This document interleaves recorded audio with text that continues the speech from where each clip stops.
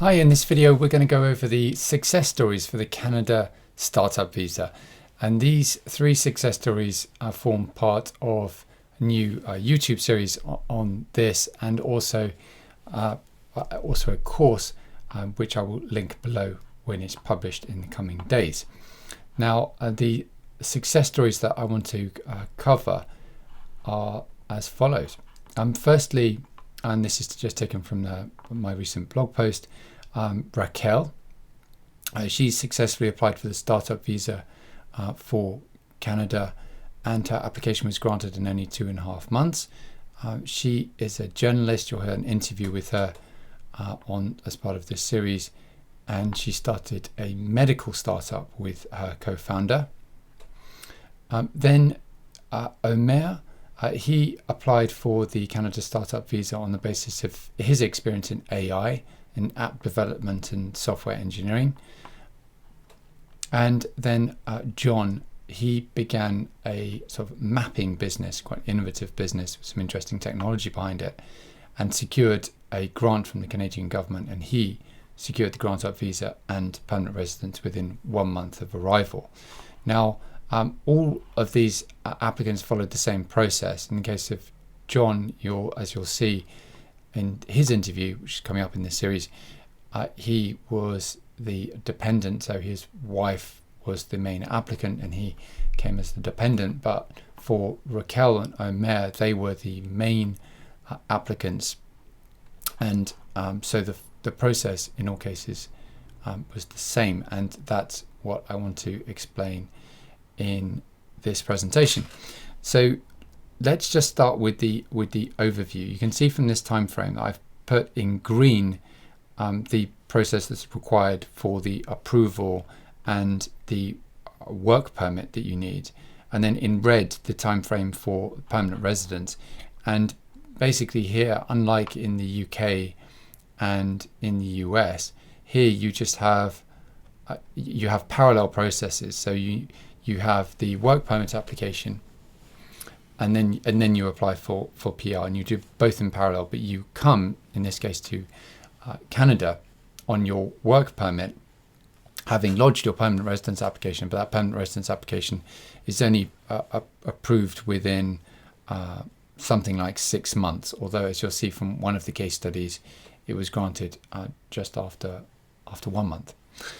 So let's just have a look in more detail at this.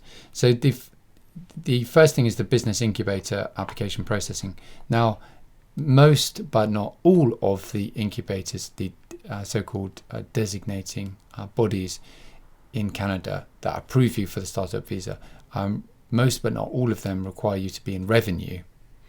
Some don't; they just require a qualifying business idea. But many of them require you to be in revenue already. So if you're not already in revenue and you're just at the business idea or concept stage, then you'll want to make sure that you're applying to the right incubators.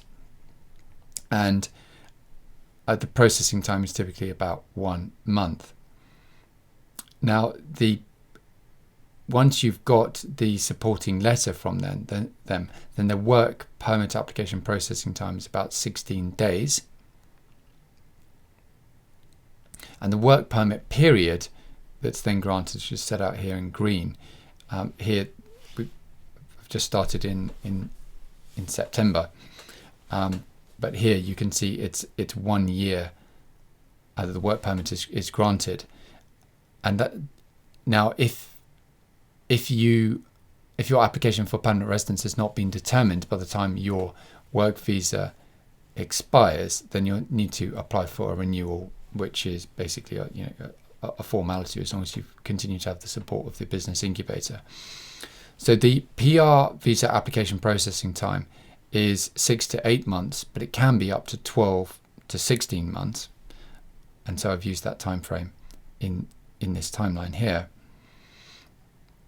You apply for the work permit online, and in my blog post, which I'll put separately up as a YouTube post, here I go through the process and the various forms that are required and the government fees that are needed, that are payable. So this is just to announce the beginning of this series and the course, and the idea here is that you learn from the experience of successful applicants for this visa. Now, there's a couple of frequently asked questions that I want to just touch on here, and you can see them here. The first one is there a criteria for success for the startup visa? In other words, once you get this startup visa, does your business need to succeed? Which is a good question, and one that's often asked.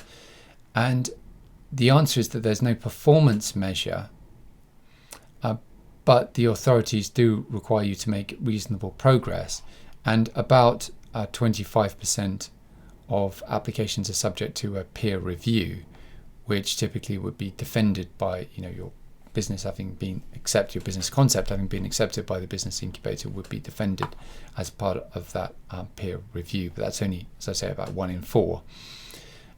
You do need to work actively on your venture, and it's the incubator that makes the assessment in each case, so it's delegated from the government. And the other question is, how do you become a Canadian citizen with the startup visa? Again, this is dealt with in more detail in the course, but to be naturalized after the startup visa, you have to have had permanent residence first and have lived in Canada cumulatively for 3 years, and then tax receipts are required by the immigration authorities, and so you need to naturally pay taxes in Canada in respect of your Canadian business. So look forward to sharing the more details of those success stories and the interviews with those applicants soon. If you want to subscribe to keep in touch on that front and be notified, then please do so and click the notification bell. If you do want to get in touch about your visa options internationally, then please don't hesitate to contact me on the details here and below. Thanks very much. I hope this was helpful, and bye for now.